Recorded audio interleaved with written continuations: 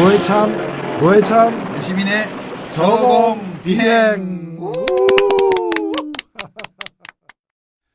자, 청취자 여러분 안녕하십니까. 저는 통합진보당 유일한 남성 공동대표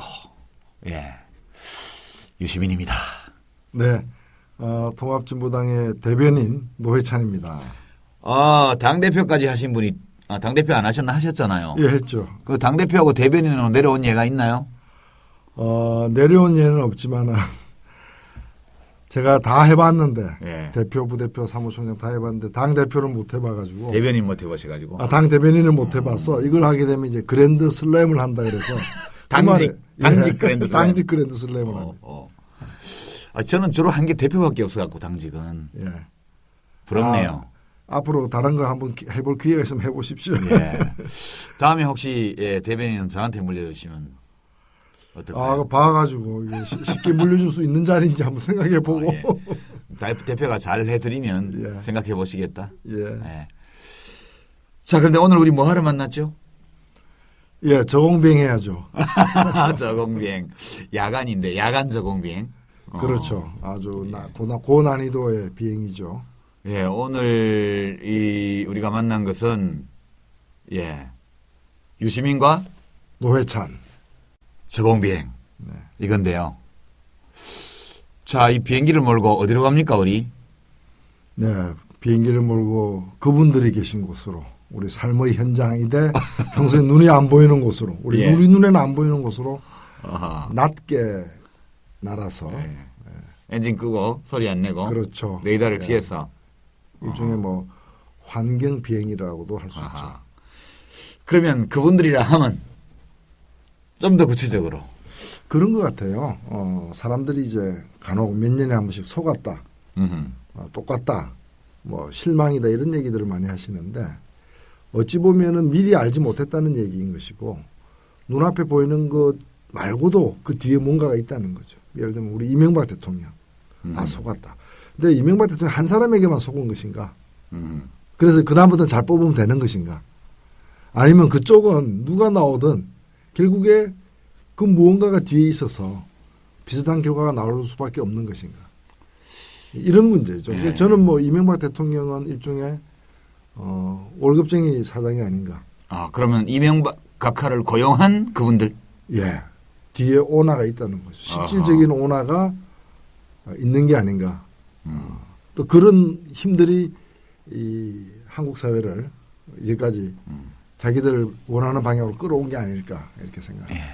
우리가 오늘 보는 각하와 같은 분을 계속 만들어내는 그분들. 그렇죠. 사실 뭐 지금 팟캐스트 방송의 압도적인 1등이 고공비행을 하고 있는 낙검수 아닙니까? 네, 근데 우리가 알기로 낙검수는 2013년 2월 25일까지만 한다는 거예요. 그 얘기 들으셨죠? 예, 들었습니다.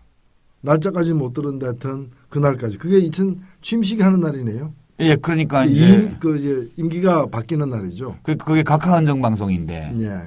왜 더 뒤에 못하냐면 각하께서 라디오를 들을 수 없는 곳으로 들어가 계실 거기 때문에 그때까지만 한다. 이게 조난당한다는 얘기인가요? 아니 이제 요즘 요즘은 법무부 대학에 가면 인터넷이 안 되니까. 근데 라디오 됩니다 요새는. 그래요? 예, TV도 녹화해서 틀어줍니다. 그러면 각하 헌정 방송이 계속 가야 되겠네. 그렇죠. 뭐 교도 행정을 또 후퇴시키면 또 달라질 수 있죠.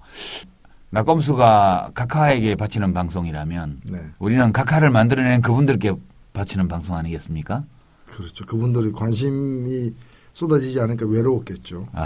아무도 봐주지 않으니까. 우리가 저공비행으로 찾아가는 거죠. 네. 이제 그분들의 직업이나 이런 것 일반적으로 불리는 호칭을 좀 열거해 보자면 어떨까요? 글쎄요. 그분들이야 무슨 주로 뭐 회장님, 회장님 이런 경우가 제일 많겠죠. 예. 또 영감님.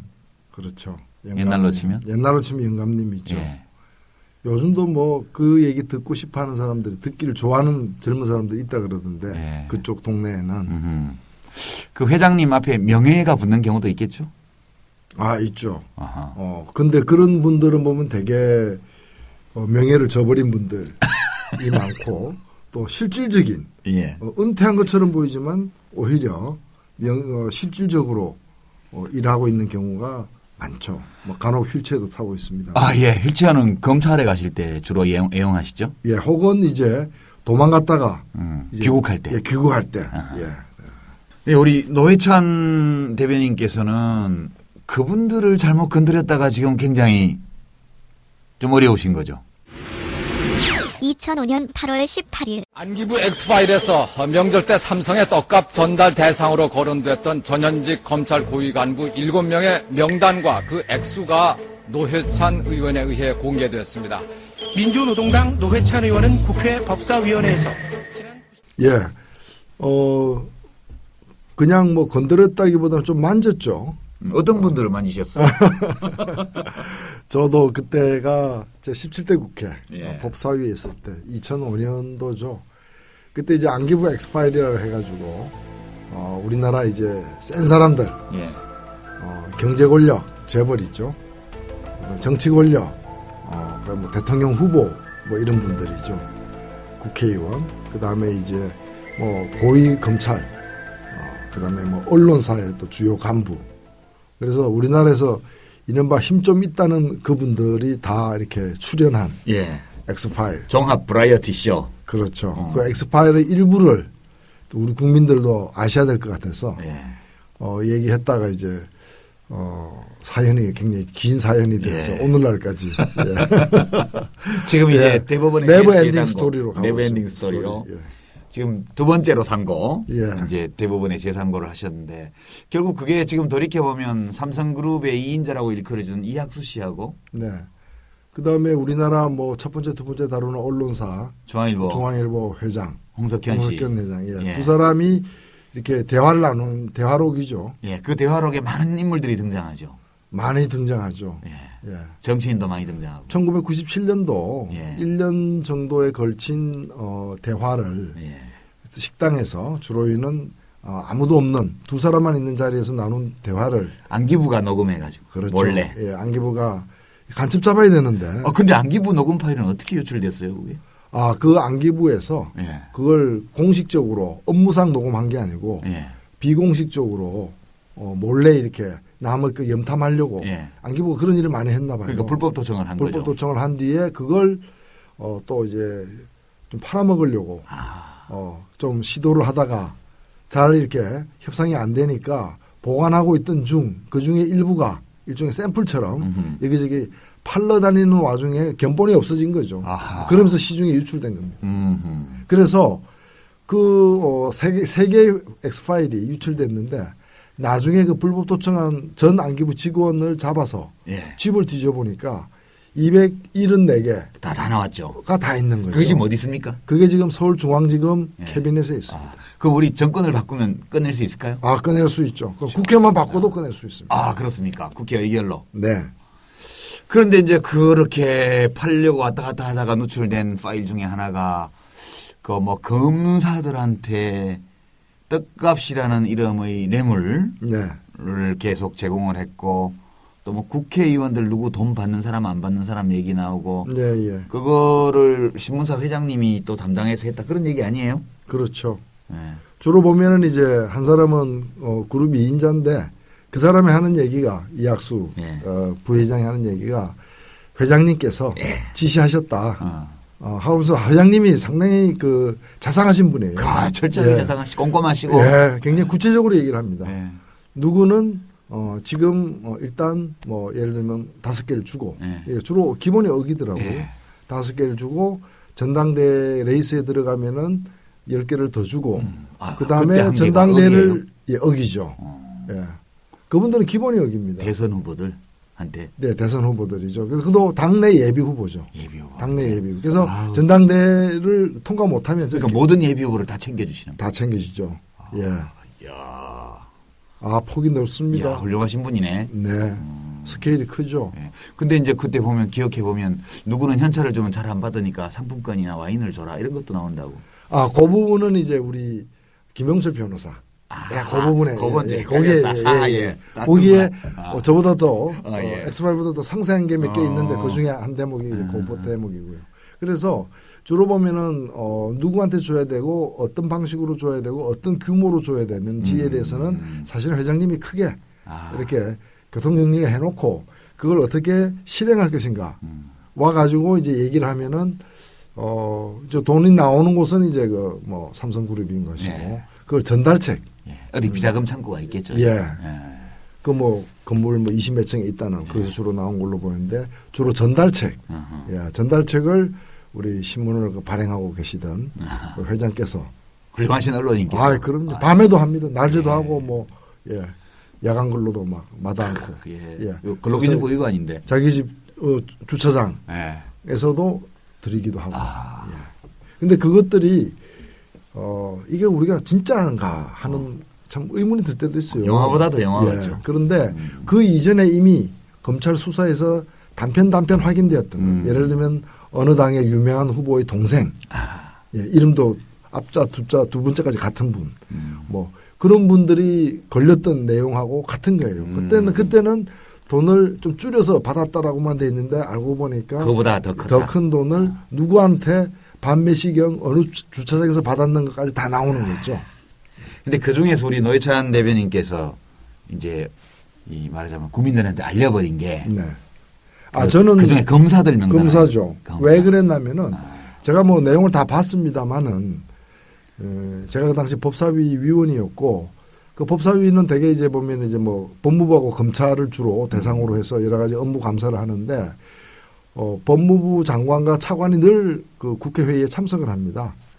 그래서 검찰 이름이 들어왔길래 그 중에 현직 법무부 차관도 있고 현직 고등검찰장도 있고 이게 사실인지 확인해야 되고 이 정도 나왔다면 내부에서 조사나 수사를 해야 되는 게 아니냐를 촉구하기 위해서 김상현은 거기에 들어있으면 500 정도 주시면은 같이 만나거든요. 힘들 때마다 받는 기본 떡값 이외에 홍석현이 따로 500만 원을 전달하겠다라고 되어 있는데 이 적지 않은 액수인데 이거 받았는지 여기서 한번 밝혀주시죠. 하여튼 저는 받은 사실이 없습니다. 안기부 도청으로 드러난 삼성그룹 불법 로비 의혹 한 대상자로 거론됐던 김상희 법무차관이 오늘 사의를 표명했습니다.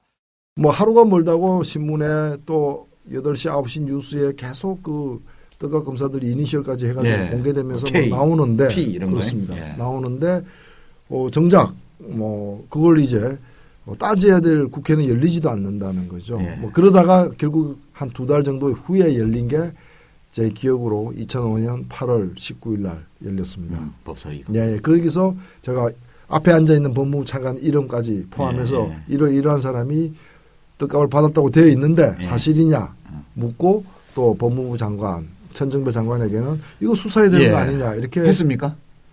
수사를 안 했죠. 안 했어요? 예. 내가 조사를 내가 법무부 장관이면 수사를 지시했을 것 같은데. 근데 이제 그게 제가 볼 때 그 당시 법무부 장관이 대검찰청 네. 검찰을 완전히 장악하지 못했던 것 같아요.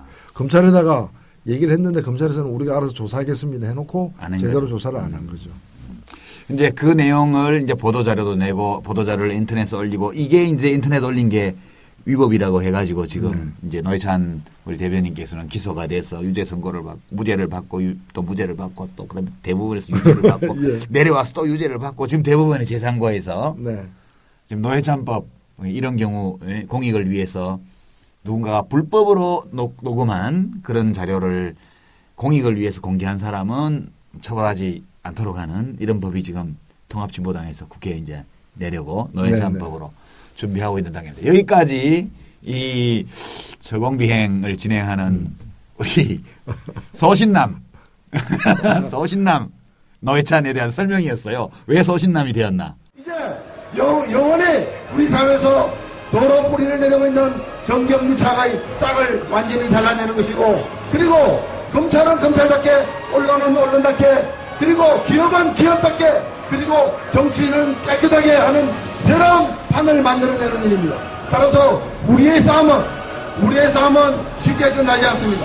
바로 이 싸움은 세상을 바꾸는 싸움이 될 수밖에 없습니다. 그분들 그죠? 회장님 또 회장님 그러니까 재벌 회장님 또 재벌회사 부회장님 또 신문사의 회장님 그다음에 그들에게서 돈을 받은 걸로 나오는 불멸의 신성가족 우리 검찰 가족들 이게 다 그분들이죠. 그렇죠. 다 그분들이죠. 그렇게 이제 앞으로 참정권을 제약받을지도 모를 그럴 유죄 선고를 눈앞에 두고 있는 이 순간까지도 계속 그분들을 만져주고 있는 소신남. 심정이 어떠신지요? 이 방송을 계속해서 진행하면서. 예, 뭐 저야 무덤덤하죠. 예.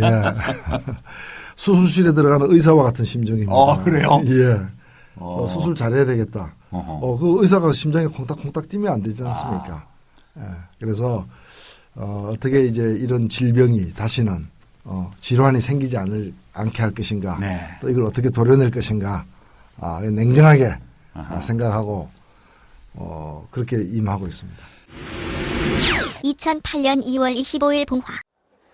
제가 노무현식 정치를 얘기했는데 자기는 그렇게 생각하는지 안 하는지 모르지만 내가 보기엔 노무현 과에 속하는 정치인이 하나 있습니다. 내가 참 좋아하는 정치인인데 좀 자리가 적절하고 안 하고 다 떠나서 제가 꼭 소개를 한번 하고 싶습니다. 괜찮겠습니까?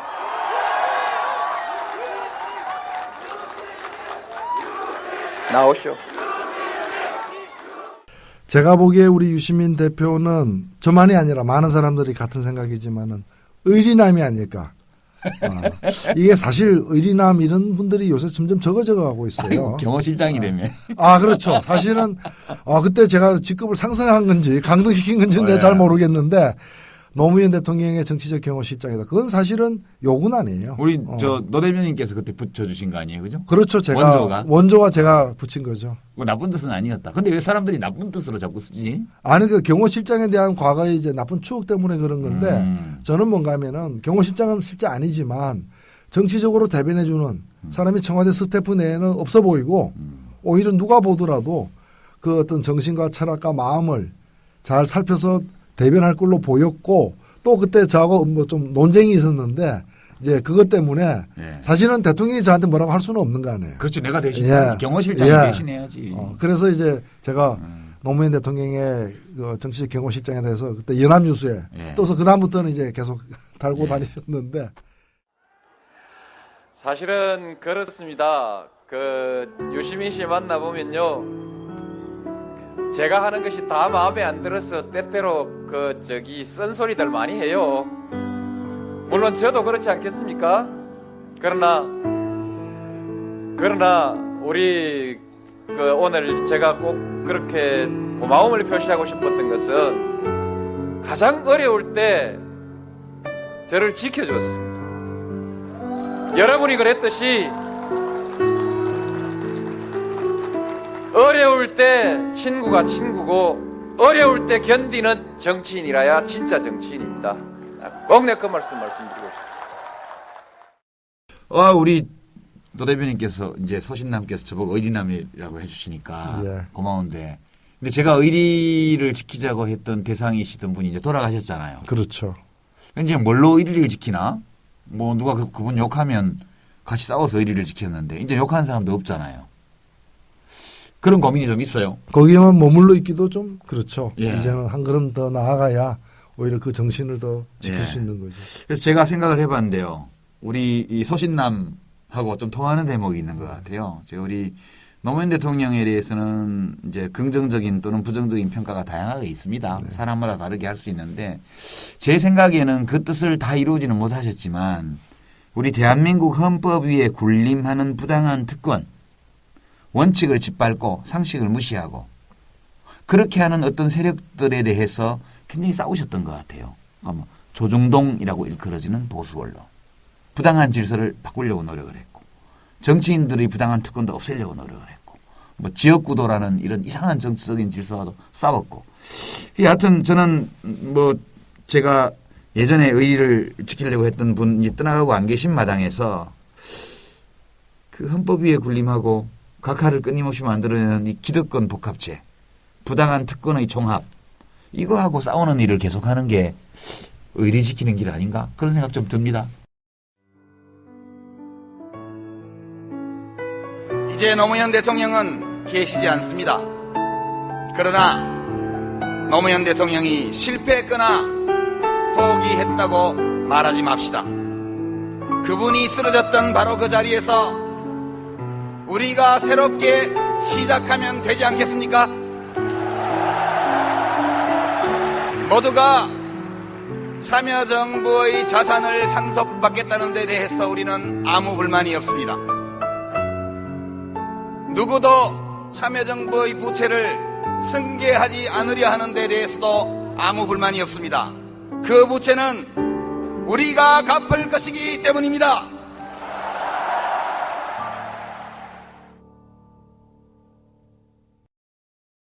왜 의리남이 또 소신남이 서로 만나야 되는지에 대한 설명. 우리가 왜 한 배를 탄다는 말은 있습니다. 근데 사실 더 위험한 게 뭔지 아세요?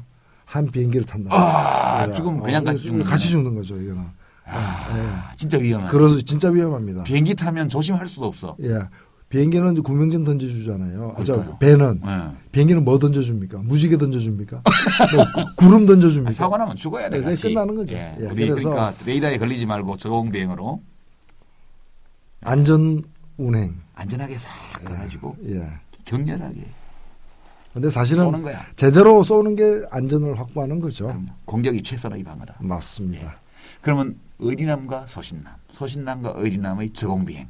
네. 우리 절대 죽지 말고. 네. 비행기는 통합진보당에서 만들었습니다. 그 로고가 딱 물결무늬 로고가 비행기 옆에 있습니다. 네. 그 뭐 이 포탄 또는 총알에도 다 새겨져 있습니다. 그러면 탄도 뒤에 다 새겨져 있어요. 통합진보당 로고, 새물결. 노회찬 유시민의 저공비행. 우리의 비행기는 끊임없이 각하를 만들어내는 각하의 퇴임 이후에도 영원히 임기도 없이 선출될 필요도 없이 책임도 지는 일 없이 대한민국을 지배하려고 하는 그분들에게 헌정하는 방송. 끝까지 저공비행으로 찾아가서 정확하게 정밀하게 타격합니다.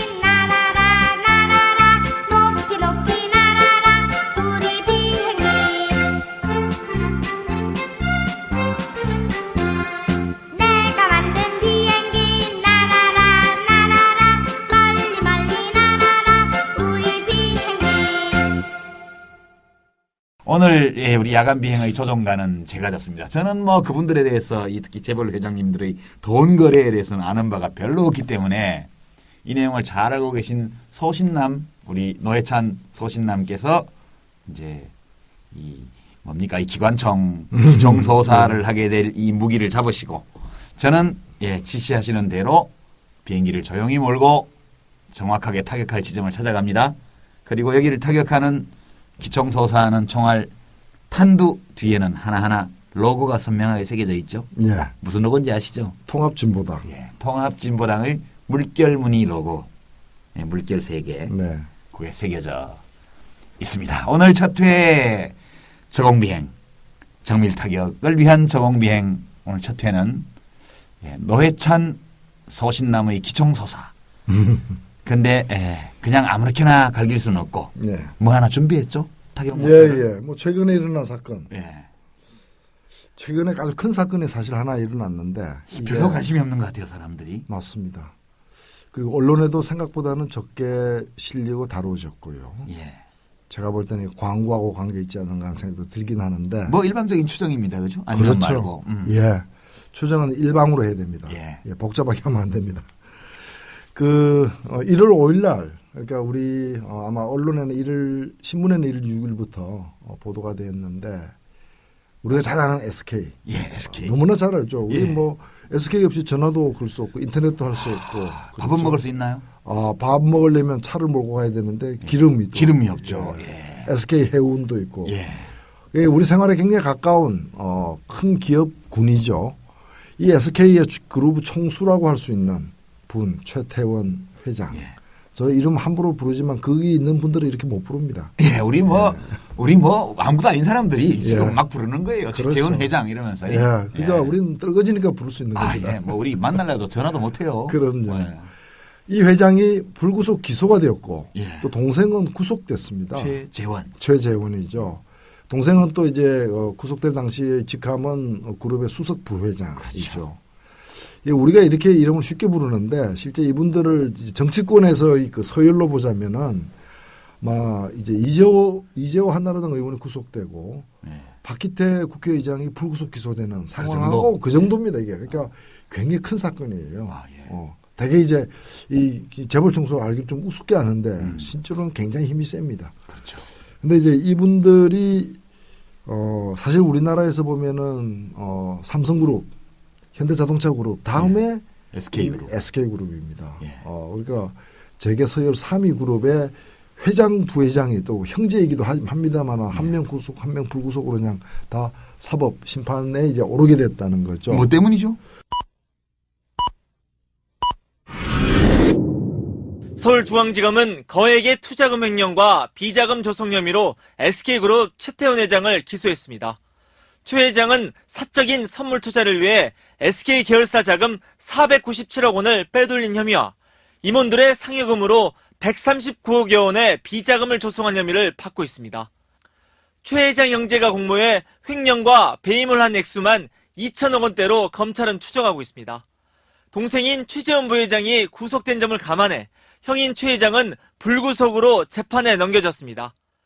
예, 그 사건이 이제 검찰이 발표한 바에 따르면은 검찰 발표는 그렇습니다. 이분들이 회사 공금을 횡령해가지고 횡령한 목적은 개인의 이익을 자기 개인 돈주머니 좀 챙기려고. 그래서 회사 공금을 2천억 이상. 2천억. 예, 횡령해가지고 그걸로 이렇게 선물 투자라는 선물 옵션 투자라는 일종의 굉장히 도박성이 센. 그래서 이럴 수도 있지만 따면 또 돈 많이 버는. 이건 뭐 사실은 공금 빼서 도박했다 이겁니다. 그렇죠. 예, 그래서 강원랜드 가는 거나 비슷한 거죠. 그렇죠. 돈 따면은 이제 횡령한 돈 메꿔놓고 나머지 자기 챙기겠다라고 딴 사람도 아닌 그룹 회장과 부회장이 이제 이걸 갖다가 공모해서 몇 년 동안 한 겁니다. 그것이 아주 우연한 계기를 통해서 몇 군데였던 갑자기 몇 군데에서 이렇게 우연하게 예를 들면은 김준홍이라는 사람이 있는데 이 사람도 SK 옛날 상무 출신이에요. 근데 이분이 그 글로벅스라는 어떤 주가 조작 사건에 이제 연루됐어요. 그래서 뭐 한 2달 만에 100억 이상 이렇게 이 챙겨 먹는 주가 조작을 한 거예요. 그 피해자들이 지금 아직도 소액주주들이 지금 피해자들이 소송 걸고 있습니다. 그래서 그 사람을 이제 그 수사하는 과정에서 그 사람 캐비넷 안에서 현찰이 한 130억 정도 나오고 거기서 또 최재원 회장의 그 인감증명서도 나오고 수석부회장 최재원. 예. 그 다음에 금괴도 몇 개 나오고 금덩어리라고 이제 알려졌는데 금괴도 나오고 그 다음에 이제 98개의 은행 계좌가 나온 거예요. 차명 계좌. 그 계좌를 이렇게 들춰봤더니 거기서 희한한 게 나온 거죠. 희한한 게. 보니까 수천억이 거래가 된 거예요. 수천억이. 거래 내역이. 예, 거래 내역이 수천억이 거래돼서 거기에 대해서 조사를 한 겁니다. 조사를 했는데 조사한 결과 이제 1월 5일 날 서울지검에서 이제 발표한 거 보면은 한 2,800억 정도의 회사 돈을 횡령을 했다. 거의 3천억이네. 횡령을 해가지고 투자를 했다. 투자를 해가지고 이제 그게 이제 횡령도 있고요. 거기 이제 몇 가지 수법이 있어요. 근데 이제 그럼 다 복잡하니까 일단 회사 돈을 이런저런 방법으로 3천억 원 가까이 빼갔다 형제가. 빼갔다. 근데 이상하네. 아니, 근데 우리 노회찬 대변인하고 저 형제가 아니라서요. 둘이서 작전을 짜고 은행을 틀었어. 3천억을 틀었어. 잡혔어. 그러면 동생은 구속하고 형은 불구속하나? 아니죠. 우리 그런 거 있잖아요. 형제 간첩단 사건. 그렇지, 다 구속이지. 지금 아니 우리가 이렇게 인터넷에 우리 뭐 포털 사이트 검색 사이트 가가지고 형제 강도라고 검색해 보세요. 나오면은 형제 강도가 둘 다 구속됩니다. 다 구속이지. 다 구속이죠. 근데 형제 횡령은 하나만 구속해요? 여기에다 형제를 모두 법정에 세우는 데 대한 부담감도 검찰의 판단에 영향을 미칠 것으로 보입니다. 다만 검찰은 형제를 동시에 구속하지 않는 관행을 고려해 최태원 회장은 불구속 기소했습니다. 일각에서 제기된 검찰총장과 최 회장의 친분관계, 그리고 총수마저 형사처벌될 경우 기업과 경제에 미칠 악영향도 변수가 되고 있습니다.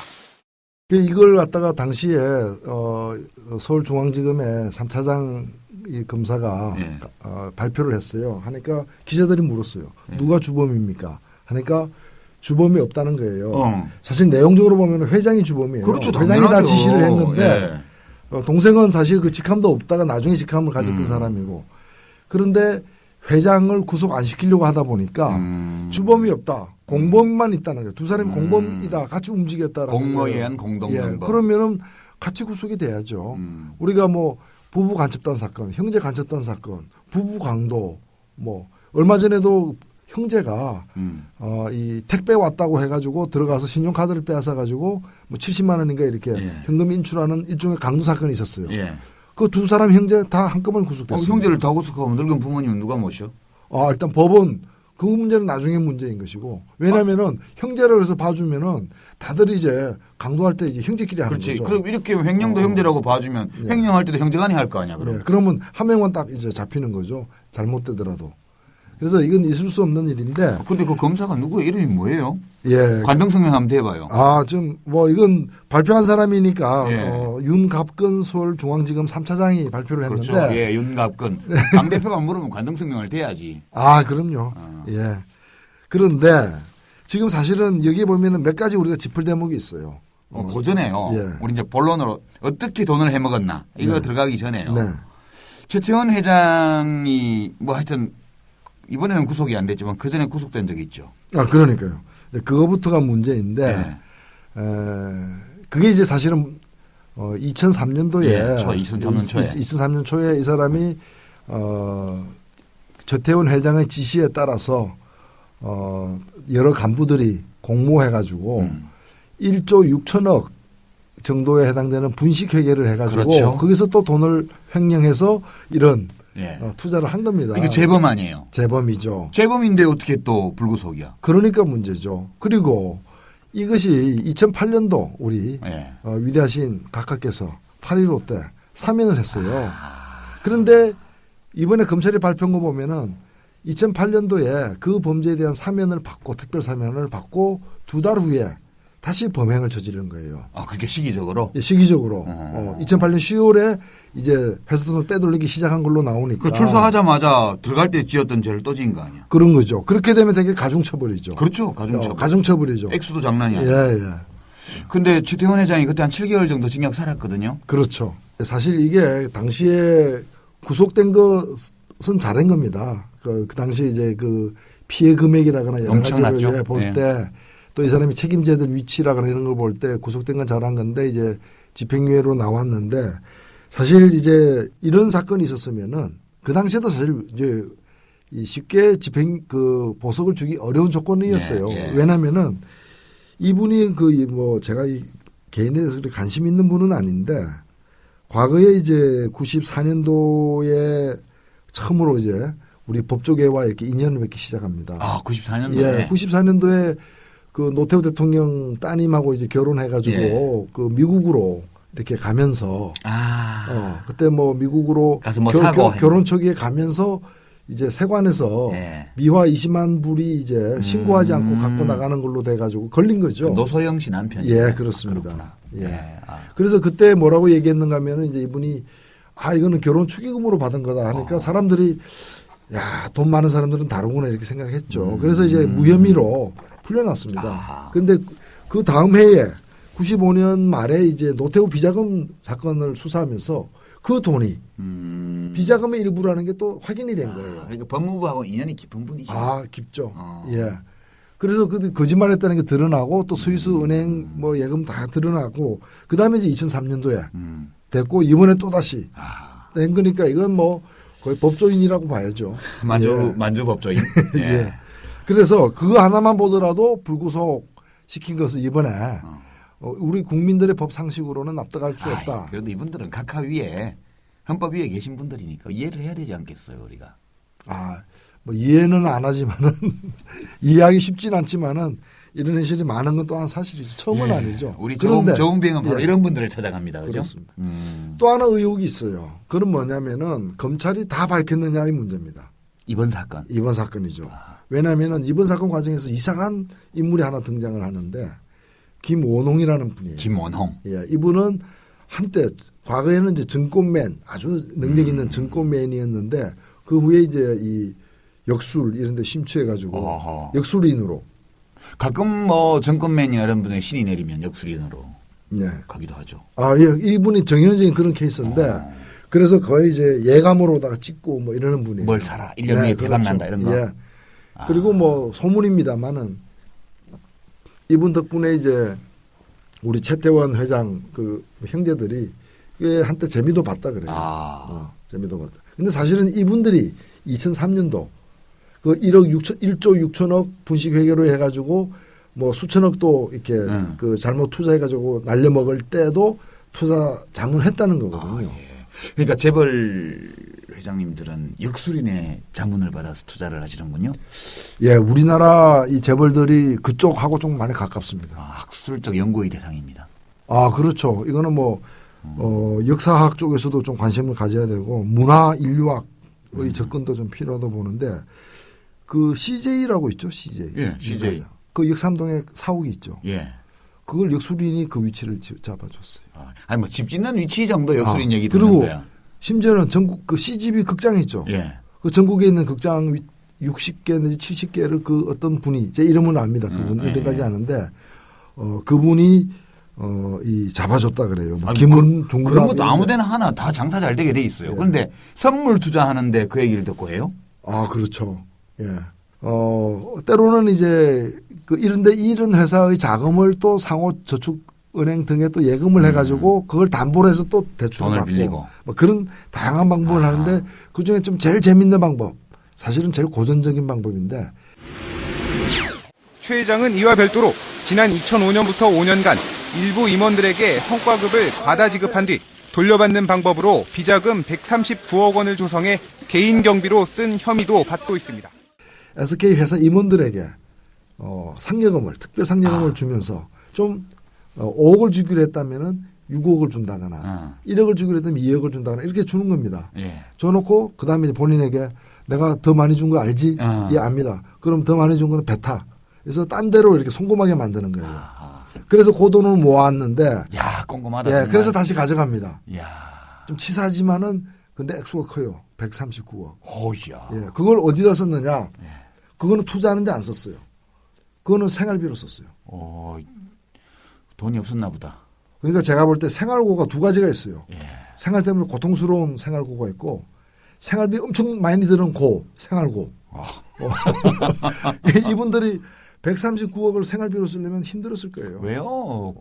한 드럼에 200만 원 하는 굴비 먹고 그렇잖아요. 잠깐 가서 술 한잔 먹으면 1,000만 원 나오는 집 가서 먹고 그러면 힘들죠, 살기가. 그래도 이렇게 안 139억 쓰려면 쉽지 않아요. 예, 우리로서는 그분들의 생활고를 잘 이해하기 어렵습니다만 여하튼 생활고가 있다고 우리가 인정을 해야 되겠네요. 그렇죠. 130 몇 억 원을 9억 원을 이렇게 생활비로 착복을 하는.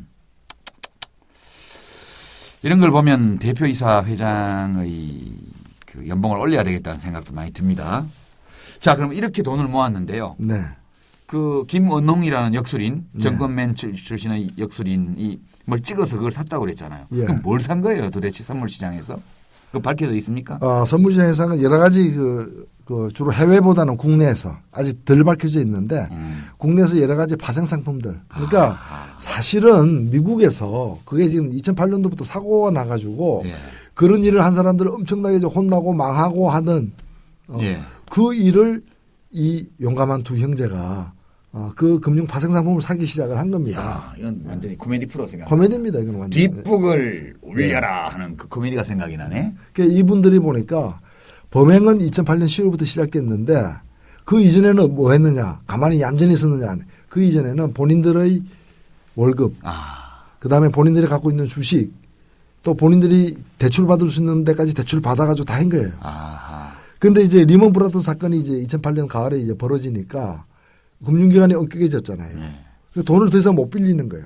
심지어는 중소보험회사에 이 대기업, 우리나라에서 세 번째 큰 대기업 회장이 중소보험회사에 대출 신청했다가 당신은 이제 신용 한도가 다 찼습니다. 그러니까 신용 불량인 거죠, 일종의. 그래서 돈을 못 빌리는 상황까지 와요. 야, 부르재벌이네. 예, 부르재벌이죠. 그렇게 되니까 그다음부터는 이제 드디어 범행에 돌입을 하는 거죠. 그게 2008년 10월부터입니다. 그런데요, 이거 어마어마한 사건이네 보니까. 그러면 이렇게 몇천억 원을 갖다 썼으면 누가 피해를 본 거예요? 하여튼 누구 돈 갖다 쓴 거 아니에요?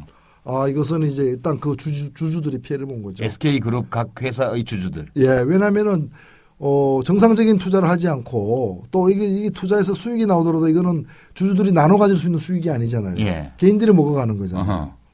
그러니까 아니, 그런데 주주들, 그 다음에 그게 직원들, 직원들, 주식을 안 갖고 있던 직원들, 그 다음에 사실은 이 주주와 직원만이 아닙니다. 더 넓게 보면은 이런 식으로 하면서 회사 돈이 뭉칫돈으로 빠져나가고 이제 결손이 생기게 되면은 SK 주유소 기름값 인상이 원유값 내렸는데도 이제 국내 시판하는 기름값 못 내리잖아요. 예. 통신료, 문자 비용 등 해서 우리 얼마나 비싸게 아직도 내고 있습니까? 결국 이런 일반 소비자들에게까지 그 피해가 전가되는 거죠. 그러니까 이제 기본적으로 이렇게 뭘 해먹으려면 주주를 등치든가 소비자를 착취하든가 거래처를 등치든가 뭐 이런 거죠. 네. 그래서 사실은 도대체 사회이사는 뭐 했느냐? 사회이사는 누구예요 또? 사회이사도 많습니다. 많은데 저도 이 기회에 한번 조사를 해보니까 우리나라 이 대기업, 특히 주요 대기업, 10대 대기업의 사회이사들의 3분의 1은 이 오나와 연고 있는 분들 있죠. 그러니까 사회이사의 역할을 수행하기 애초부터 힘들었던 분이 이제 주로 마당쇠과에서 그렇죠. 그리고 재밌는 게 이제 사실은 2003년도에 SK가 저렇게 이 1조 원이 넘는 그 거대 금액을 분식회계하면서 기업의 이미지가 크게 실추하고 그룹 회장이 이제 뭐 깜빵에 가는 일까지 벌어졌잖아요. 그래서 그걸 만회하기 위해서 이제 투명 경영의 1인자가 되겠다. 우리 투명 경영의 1위 기업이 되겠다고 해서 투명 경영을 굉장히 강조를 했습니다. 그래서 이제 투명 경영 위원장을 또 둬가지고 사회이사 한 분을 남대우 씨라는 분인데 이분을 이제 아주 강직한 분이에요. 사회이사로 해가지고 임명을 했는데 이분이 또 사사건건 이렇게 여러 가지 이제 SK 그룹에서 하는 잘못된 일들에 대해서 지적을 했습니다. 그 석유화학단지 이런 데서 SK 회사들이 다른 회사들하고 담합해가지고 가격을 갖다가 이렇게 높게 매긴 거예요. 매겨놓고 그걸 또 정부에서 자진 신고하면 면해주죠. 면해주는 그 제도에 따라서 자진 신고해가지고 자기들이 착복한 그 부당 이익의 절반만 벌금으로 내는 거예요. 절반은 번 거죠. 그리고 나머지 신고 당한 같이 합의했던 나머지 다 물어내야 되는. 그래서 이분이 이것을 최태원 회장 앞에서 다 있는 회의 공식 회의 자리에서 뭐 하는 짓이냐? 부끄러운 일이다. 이런 일이 이 투명 경영을 얘기하는 SK에서는 있어서는 안 된다고 얘기를 했거든요. 그분이 남대우. 그 다음에 어떻게 됐겠습니까? 잘렸겠지 뭐. 이분이 어떤 경제 전문지하고 이렇게 그 인터뷰를 하는데 그걸 또 몰래 엑스파일처럼 녹음을 해가지고 본인 몰래. 그 회사의 그 주요한 간부고 사회이사인데 인터뷰한 걸 몰래 녹음을 해가지고 들어보고 그 신문사에 전화해가지고 멋있게 하고 이 부분 빼라고 얘기하고. 이게 어느 나라에서나 있을 수 있는 일입니다. 대한민국에 있는 일이죠. 그렇죠. 사실 그 정경련은 이제 이 사건이 나자마자 바로 이렇게 성명을 발표했어요. 기업가 정신을 훼손시키지 않도록 선처해 주십시오. 그래가지고 욕을 많이 먹었죠. 그 뭔 말이에요? 그러니까 뭔가 간단히 얘기해서 경제인은 돈 버는 사람이고 돈 버는 게 애국인데 애국하다가 생긴 일인데 그걸 집어넣으면 어떡하느냐. 구속시키지 말아달라는 얘기입니다. 아니 횡령해서 선물 투자해서 날렸다며. 그런데 그러나 그는 이 경제 보국, 경제로서 이 나라의 은혜를 갚는 과정에서 생겨난 피치 못할 불상사였다는 게 그쪽의 주장인데. 그러니까 최 회장 형제는 우리 그분들의 일원이다. 건들지 마라. 사실 그 전국 경제인 연합회라고 돼 있지만은 제가 볼 때는 전국 경제사법연합회입니다. 그게 줄이면 이제 정경련이죠. 왜냐하면 애초에 그게 어디서 생겼느냐. 전국 경제인연합회가 아니고 전국 경제범죄인연합회. 경제사법연합회. 사법연합회. 그게 실제로 보면 역대 회장 중에 그런 그 들락날락거린 분들이 굉장히 많습니다. 아니 그뿐만 아니라 연원도 그렇잖아요. 박정희 대통령이 쿠데타 이렇게 해가지고 부정축제한 사람들 싹 잡아넣었잖아요. 그 풀려나기 위해서 만든 게 정경련 아니에요? 그렇죠. 그러니까 예를 들면 이제 뭐 서방파다거나 신상사파라거나 이런 양언이파 이런 사람들이 모여가지고 이제 뭐 자율정화위원회 같은 거 만들어서 이렇게 동네 청소 몇 번 하고 도로에다 큰 도로에다가 착하게 살자 쪼아가지고 비석 세우고, 예, 세우고 뭐 그런 거죠.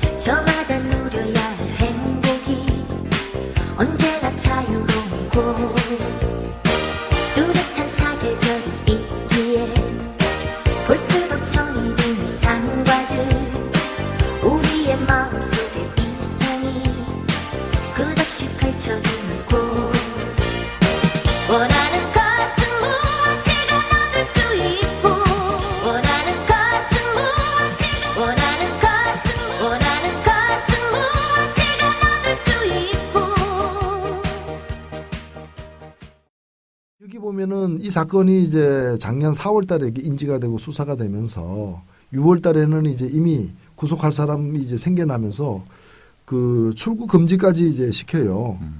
누구를요? 그 김준홍이라고 계열사 계열사 베넥스 베넥스 이제 대표이사로 돼 있는 예. 김준홍을 출국 금지를 시키는데 그럼 이제 범행에 대해서 뭐 거의 확신 단계에 온 거죠. 그렇죠. 근데 SK 그 압수수색을 언제 하는 줄 아십니까? 11월 달에 합니다. 아하, 한 6개월 후에. 예, 굉장히 신중하죠. 아, 예. 예. 만사부려튼튼. 예, 그분들을 모실 때는 신중하게 모셔야 돼요. 엄청나게 신중해. 그래서 이 5개월 동안 빼돌릴 거 다 빼돌리고. 예. 그런데도 들켰어. 예, 들켰어요. 들켰는데 그 들킨 사람은 어떻게 했는지 아십니까? 이 들킨 사람들은 일종의 증거인멸죄예요. 그렇죠. 예, 약식 기소했습니다. 약식 기소. 서류 빼돌려서 막 없앤 사람들. 예, 없앤 사람들. 그거 주모자 등해서. 약식 기소라면 약하게 기소한다. 그렇죠. 약식 기소만 그냥 이제 벌금형으로 그냥 벌금 같은 내놓고 끝나는 거죠. 예. 예. 그러니까 어느 범죄에서 다른 사건에서 증거인멸. 예를 들면은 뭐 FTA 반대 시위하다가 시위하다가 누가 이렇게 뭐 막대기로 하나 휘둘렀는데 그거 잡으려고 그러는데 그 막대기 이래가지고 버려버렸다. 예. 같이 잡아가지고 똑같이 구속시켜 버리잖아요. 그렇죠. 예. 증거인멸하면. 그런데 그걸 이제 악질적이다까지 이제 얘기를 죄질이 나쁘다고 죄질이 나쁘다고 얘기하는데 그렇게 된 거죠. 원래 어저께 내가 그저께 원희룡 의원한테 들은 얘기인데 제일 질 나쁜 범죄가 들킨 죄라고 그러더라고. 우리나라에서는 가장 죄질이 나쁜 게 들킨 죄라고. 왜 들켰니? 예. 들키지 말아야지. 너 죄질이 나빠. 들켰으니까.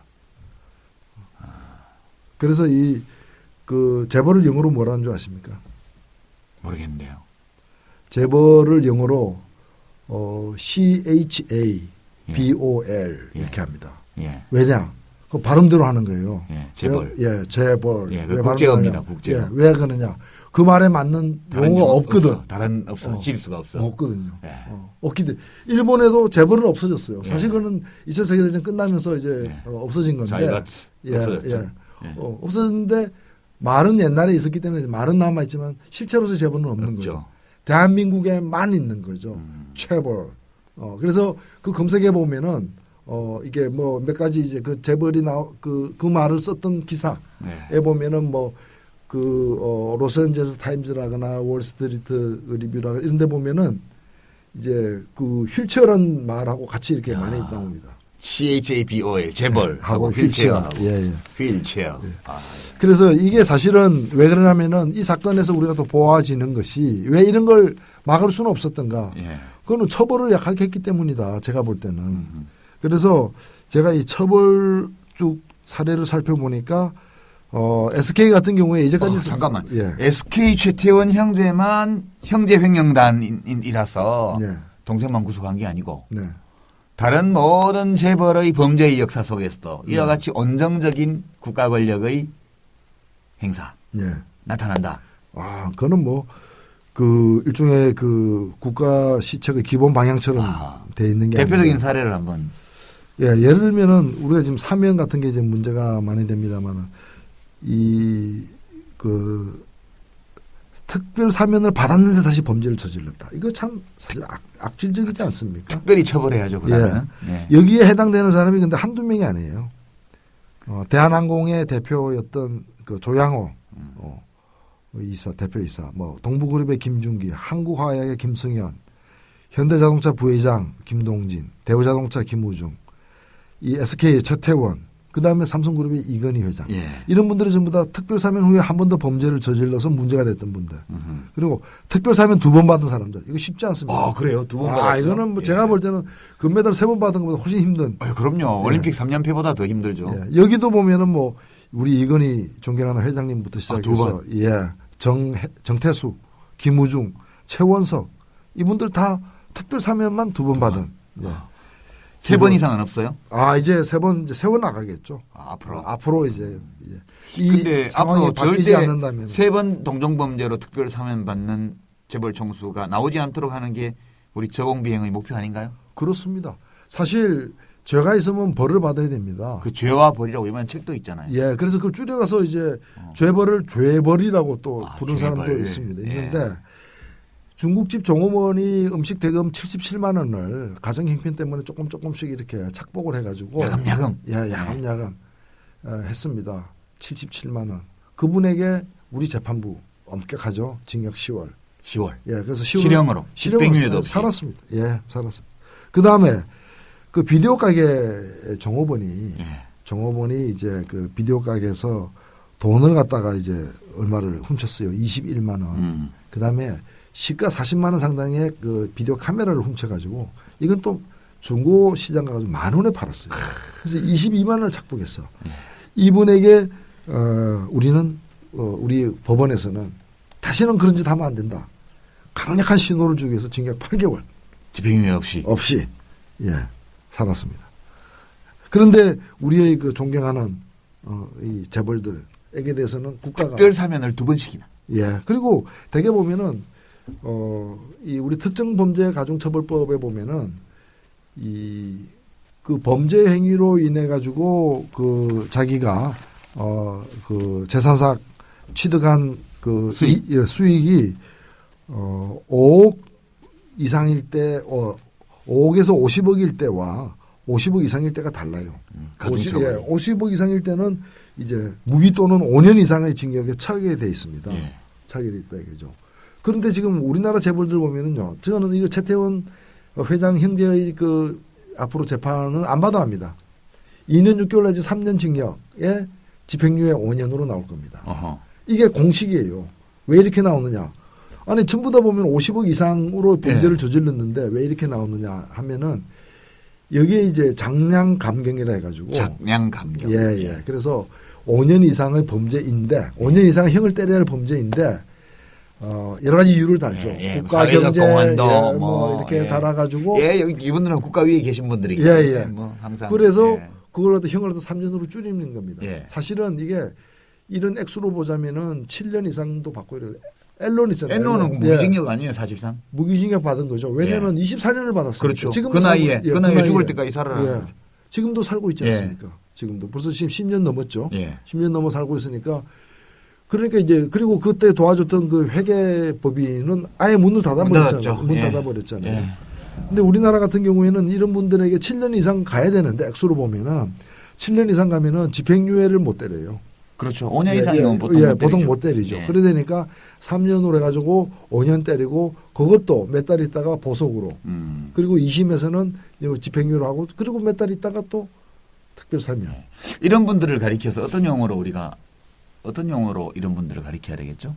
뭐 그분들 이건 너무 좀 점잖지 않아요? 글쎄요. 뭐 일단은 사람은 아니죠. 신의 경지에.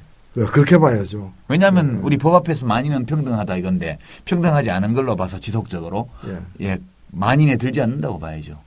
만신. 제가 볼 때는 그 국민이 아닐 수도 있어요. 왜냐하면 뭡니까? 국민이라면 헌법과 법률의 적용을 받아야 되는데. 자, 우리 대한민국 있잖아요. 대한민국 헌법 제11조 아시죠? 대한민국 헌법 제11조 제1항 모든 국민은 성별, 연령, 사회적 신분, 기타 등등으로 인해 차별받지 아니하면 만인은 법 앞에 평등하다. 이게 정확치는 않지만 11조 1항이고요. 맞습니다. 그 2항 아시죠? 사회적 특수계급은 인정되지 아니한다. 그렇죠. 사회적 특수계급을 창설해서는 아니 된다 이렇게 돼 있습니다. 그렇죠. 근데 이거 특수계급 아니에요? 그러니까 이제 만인은 법 앞에 평등한데 이분들은 만인에 포함이 안 되죠. 10,000명이 포함되죠. 10,000명에? 그러니까 대한민국에서 법 앞에 만인이 평등한 게 아니라 10,000명만 평등한 거예요. 자기들끼리만. 극히 일부 사람들만 법 앞에서 온갖 혜택을 다 누리는. 사실은 법 바깥에 있는 거죠. 10,000명씩이나 돼요?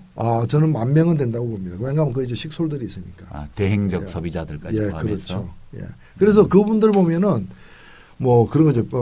제가 심지어는 뭘까지 받는가 하면은 한나라당 차떼기 사건 아시죠? 그때 이제 그 배달 사고로다가 또 중간에서 10억씩 떼먹고 한 분들. 이게 뭐 쇼핑백 하나씩 들고 간 사람들. 박스 하나씩. 그분들 재판할 때 보니까 이분들을 갖다가 이제 그 집행유예로 내보내면서 국회의원을 3번씩 역임하고. 사회적 공헌이 크고. 그래서 제가 그 당시에 이제 그 법원장에게 국정감사에 제가 물었습니다. 국회의원을 3번씩 한 사람이라면 한 번도 안 한 사람보다 훨씬 이런 일을 하면 안 된다는 걸 더 잘 아는 사람이니까 가중처벌해야 되는 거 아니냐. 아니. 그 다음에 변호사 해가지고 평생 돈 번 사람에게 평생을 갖다가 법조로서 이 사회를 위해서 이바지하고. 그래서 제가 그러면. 불멸의 신성가족. 그렇죠. 법조 3년.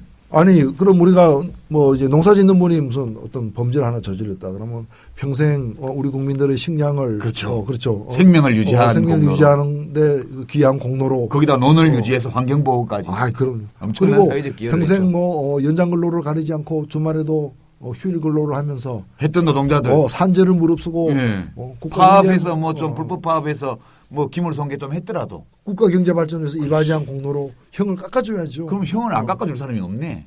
없죠. 근데 실제로 어떻게 되느냐? 실제로 보면은 아까도 말씀드렸지만은 무슨 77만 원 훔쳤더니 10개월이다.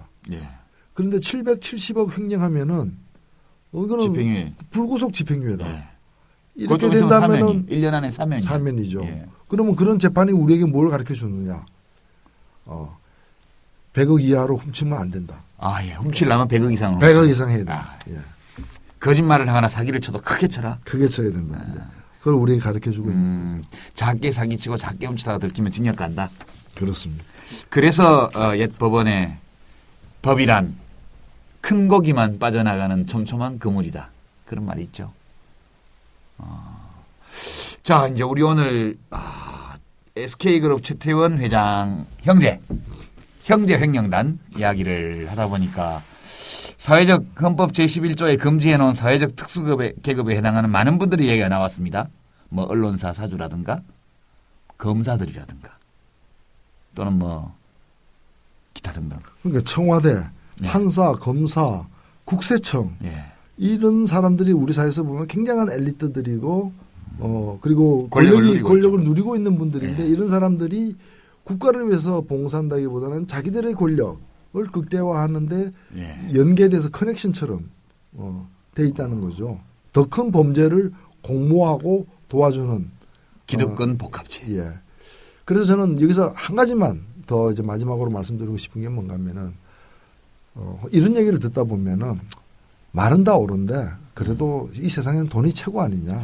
그리고 또 돈이라는 게 또 벌려고 하다 보면 또 큰 돈 벌려고 하다 보면 이러저러하게. 그렇죠. 떡상자 묻히다 보면 꼴을 놓는다. 그럼요. 그거 그런 식으로 어디 깨끗한 물에 물고기가 노느냐. 이렇게 세상 물정 모르는 얘기 하지 말아라고 할 수 있는데 저는 형을 가볍게 내린 데 대해서 유감이긴 하나 이 최태원 이분이 최태원 회장이 2003년도 그 1조 6천억 분식회계로 유죄 판결을 받을 때 1심 판결문이 있습니다. 제가 그걸 다시 이번에 읽어봤어요.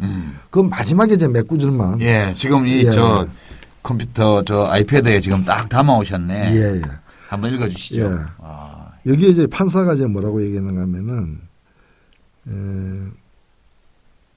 부는 이제 부라는 게 이제 돈 같은 거죠. 이제 부는 이를 소유한 자에게 자유와 권한을 부여하는 만큼 엄정한 책임을 요구하는 것이고 그 책임의 질과 양에 비례해서 우리 사회 구성원들에게 자본주의, 시장경제주의, 주식회사 제도에 대한 신뢰를 약속해 주는 바 피고인 최태원은 이 사건 각 범행으로 그가 가진 부에 상응하는 책임을 다하지 못해 그가 디디고 서 있는 자본주의, 시장경제주의, 주식회사 제도에 대한 신뢰를 훼손하였고 이 사건 각 범행의 주도자이자 그 이익의 최종 귀속자이므로 피고인 최태원에 대해서는 그에 상응하는 실형의 선고가 불가피하다.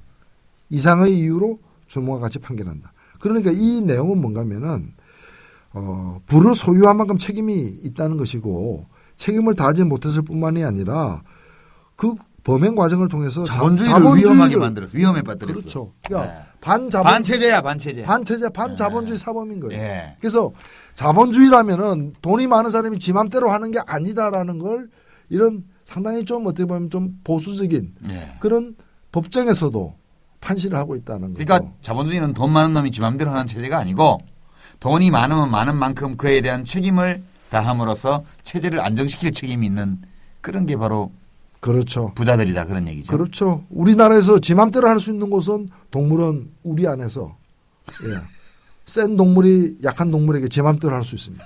동물은 우리만 벗어나는 순간 규제가 들어가는 겁니다. 맹견 조심, 맹견주의. 맹견을 함부로 놔뒀다가는 그 주인이 처벌받습니다. 그래서 사람이 맹견처럼 힘을 가졌다 해서 그 힘을 갖다가 거리낌 없이 쓰는 것은 본인의 자유의지에 의한 것처럼 보이나 법으로는 상당히 규제받고 있는. 그래서 저는 보수는 뭐냐. 지 맘대로 하는 게 보수가 아니에요. 이런 걸 지키는 게 보수예요. 이런 걸 못 지키는 건 보수도 아니죠. 그건 그냥 범죄인일 따름입니다.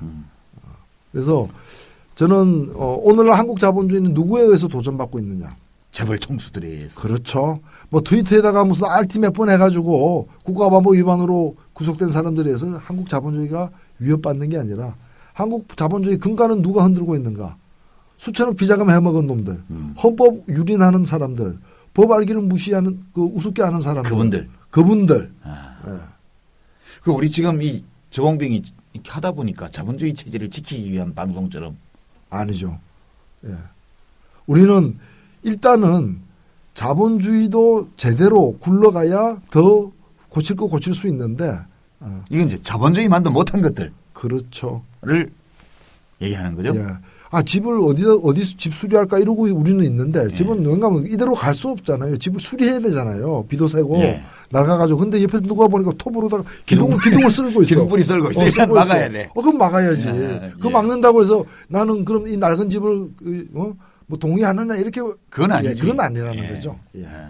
집을 고쳐 짓더라도 질서정연하게 계획에 따라서 그렇죠. 더 나은 집으로 해야지. 그 밑둥을 썰고 있으면 곤란하죠. 그거 밑둥 썰어갖고 빼갖고 자기 방에 불 떼겠다는 거 아니에요. 그렇죠. 날 춥다고. 자, 오늘 우리가 유시민 노회찬과 유시민의 저공비행. 뭐 좀 우리 청취자 여러분 어떻습니까? 이 조용히 날아가서 SK그룹 최태원 회장 형제의 횡령 사건에 관해서 우리가 좀 집중적인 조명을 좀 해봤습니다. 사격을 하시고 난 기분이 어떠신지요? 아직은 착잡하죠. 왜냐하면 다 이제 조사되지 않았다. 다 파헤쳐지지 않았다. 또 되풀이 될 것 같다. 그리고 뭐 한두 명만 문제 삼아서 해결될 문제가 아니다. 이 시스템, 이 거대한 힘들, 왜 각하가 자꾸 재생산되는지 이제 우리 조금 이해할 것 같지 않습니까? 자, 이거 이제 최태원 회장 형제의 재판 누가 보도할까요? 어느 언론이? 우리 저공비행 끝까지 한번 따라가 볼까요? 재판이 중간에 어떻게 되나? 끝까지 가야죠. 특파원 법정에 보내야 되겠습니다. 그래야죠. 공판일자 알아봐가지고. 그리고 또 저공비행 때문에 또 많은 분들이 또 관심을 가지면은 그만큼 또 감시의 눈초리가 더 많아지겠죠. 우리 이 저공비행이 팟캐스트에 올라가서 얼마만큼 많은 청취자들이 들으실지 모르겠습니다만, 이 특수계급에 속하지 않은 언론사에게 부탁합니다. 추적해서 계속해서 재판 과정을 보도해야겠죠. 검찰이 아직도 밝히지 않고 있는 또는 밝히지 못하고 있는 어느 쪽인지 모르겠지만 나머지 3,500억 원 정도의 돈의 출처 이것도 좀 조사해야 될 것 같고요. 또 베넥스 인베스트먼트 거기 지금 잡혀 있죠? 구속돼 있죠? 구속돼 있습니다. 거기 좀 더 조사해야 되고요. 중국에 머물고 있다는 증권맨 출신의 역술인 김원홍 씨. 김원홍 씨도 귀국하셔야 되죠? 귀국해야죠. 귀국시켜야죠. 하나하나 보겠습니다. 오늘 저공비행 여기까지 일단 기청소사를 중단하고 추후에 재공격을 할 필요성이 있는지를 판단해서 필요하면 SK그룹을 향해서 다시 한번 방문하도록 그렇게 하겠습니다. 그리고 이 사건에 관심을 가져야 할 언론들에 대해서도 저희들은 지대한 지속적인 관심을 가져가겠습니다. 이거 크게 제대로 심층 취재하는 언론사 있으면 저희 저공비행에서 확실하게 비행기에 실어서 삐라를 쫙 온 세상에 광고해 드리겠습니다. 뿌려드리겠습니다. 자, 오늘 첫 방송 이걸로 마무리해야 되겠는데요. 아, 그래야죠. 예, 어떻습니까? 하시고 난 느낌이? 아, 예, 뭐 처음이긴 하지만 예. 할만하다. 역시 비행기는 타고 봐야 되겠구나. 다음엔 우리 좀 익숙해지면 뒤에도 한 사람 태우자고. 아, 그렇죠. 예. 자, 그러면 오늘 저공비행 첫 회 제가 조종관을 잡고 우리 이 기청소사는 우리 소신남께서 많이 하셨어요. 예, 마음껏 쏘았습니다만은 시간 제한도 없고 막 쏘았습니다. 예, 뭐 모자란 부분 또 다음에 쏘겠습니다. 다음에 저공비행의 목표는 며칠 후에 말씀드리기로 하고 SNS로 그렇죠. 예, 오늘 의견도 저공비행, 듣고 저공비행 첫 회는 여기서 아쉬운 마무리를 하겠습니다. 청취자 여러분, 유시민, 노회찬, 유시민의 저공비행.